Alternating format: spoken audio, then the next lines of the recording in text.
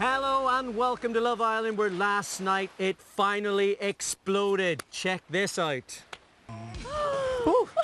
Right, not as frightening as a mad Geordie chick trying to jump us on the jetty yesterday, Jane, eh? Exactly. Yes, Please. It all blew up between Fran and Paul last night, and you can find out exactly what went on shortly. Even now, the resort is in turmoil. I mean, anything can happen. We don't know what's going on. We've no idea, and while Paul and Fran were at each other's throats, Callum and Rebecca were at each other in a completely different way. And yet yesterday it all looked like it was going to be, I don't know, what's the word? Dull. Dull. To be honest. Yeah, pretty dull. I mean, you actually managed to make sweet loving in the Love Shack even less likely by putting Dwayne in there with Liz. Good work. So our former Olympic athlete taking gold there in the men's boring the tits off her relay. Oh, he's such a nice guy. Oh, nice. Just a little bit too nice. Really nice. Still, at least we've learned one thing. Whoever Liz fancied, it definitely wasn't Dwayne. Definitely not, but while there was no action in the shack back in the resort, Callum and Rebecca's game of tonsil tennis was quickly approaching match point. Oh my. Why don't they just get a room? Kelly, they did. The bathroom. So 18 minutes Right. in the toilet. Right. So what can two people do in a toilet for 18 minutes? I don't know. Let me think. Cleaning. Cleaning, that's it. They were cleaning. Of course they were. There's no other explanation. No.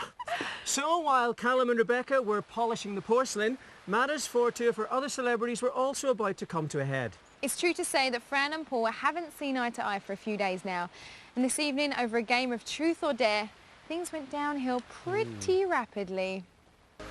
Hello there, welcome back to Love Island, where we'd like to tell you that everything's sorted out and back to normal.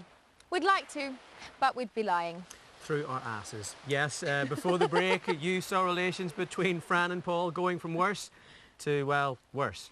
But the good news is, shortly after that, Paul did go to bed. The bad news is, it was Abby's bed. So that was it, ended. Done and dusted, say no more. Absolutely, say no more. Or say a lot more. And unfortunately, that decision was Paul's. Welcome back to Songs of Praise, where you can send Fran and Paul into the Love Shack by calling... I don't think that's going to be happening. Oh, but dear, what dear. did happen was Paul was taken away to cool down. Yes, Paul spent the night sleeping in another part of the resort, where he was last seen asking a coconut, "What are you looking at, eh?"